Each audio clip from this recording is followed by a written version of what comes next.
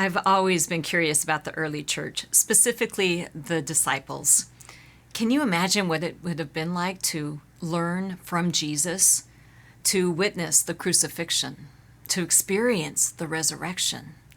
All of that represents a lot of change in their lives. It's hard to imagine what that change meant.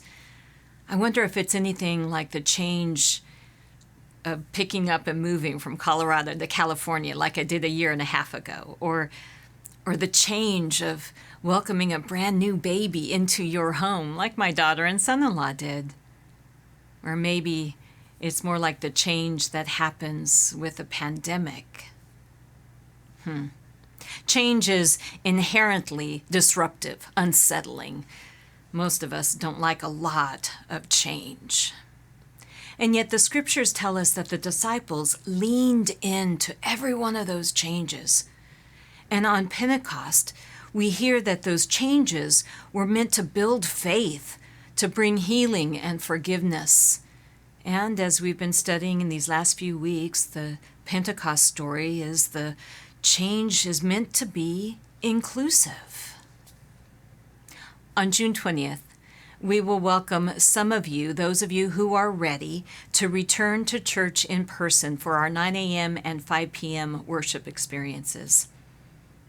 You might notice some changes. Not a lot, nothing huge, but inherently will be different because of where we are today. That can be unsettling. I'm asking you in faith to lean into the changes you might be experiencing. Recognize that it could very well be the movement of the Holy Spirit that is bringing changes so that we might build faith and bring healing and forgiveness, and maybe even to expand our inclusiveness. The changes might actually be good for all of us, even how little they might be. I'm excited because I am certainly feeling the movement of the Holy Spirit, and I know with these changes comes the possibility that their change that is as good as moving from Colorado to California, or as good as bringing home a brand new baby, and yes, even as good as learning some important lessons during a pandemic. The Holy Spirit is moving, and I will join you in worship, some online, some in person, on the 20th. But for Sunday, I'll see you online.